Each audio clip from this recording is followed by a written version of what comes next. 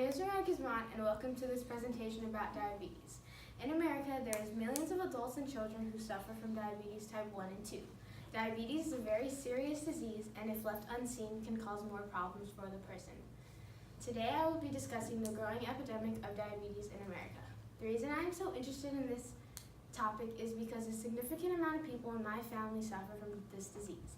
Although I do not know personally how diabetes affects the body, I know many who do. I will be speaking about the two types of diabetes, symptoms of this disease, and the ways of treatment. There are two types of diabetes, type 1 and type 2. They are both very serious. Type 2 is the most common in Americans. And lastly, I will be discussing signs and symptoms. Type 1 diabetes is when the body does not produce insulin. Insulin is a hormone that the body needs in order to effectively remove glucose from the bloodstream to the cells of the body.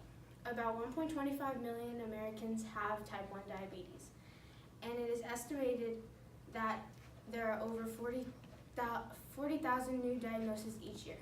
Type 2 diabetes is the most common type of diabetes. This is when the body doesn't properly use insulin.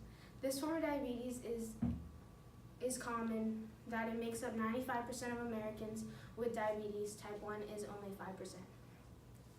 When a person is dealing with this disease, there are many symptoms that they have to deal with, and here's a few that go with both forms of diabetes. The symptoms of diabetes type 1 is increased thirst, frequent urination, children wetting the bed who previously didn't wet the bed during the night, hunger, weight loss, irritable mood changes, fatigue, and weakness.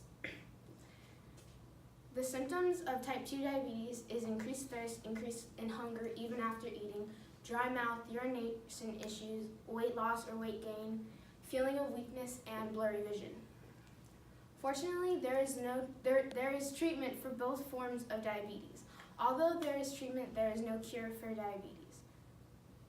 Treatment for type 1 diabetes contains prescribed insulin, fat and protein counting, daily blood sugar monitoring, along with exercising and eating proper foods that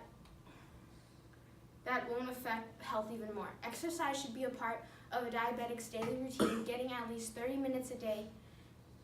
Treatment for type 2 diabetes are similar to type 1 with weight loss, healthy eating, daily exercise, and blood sugar monitoring.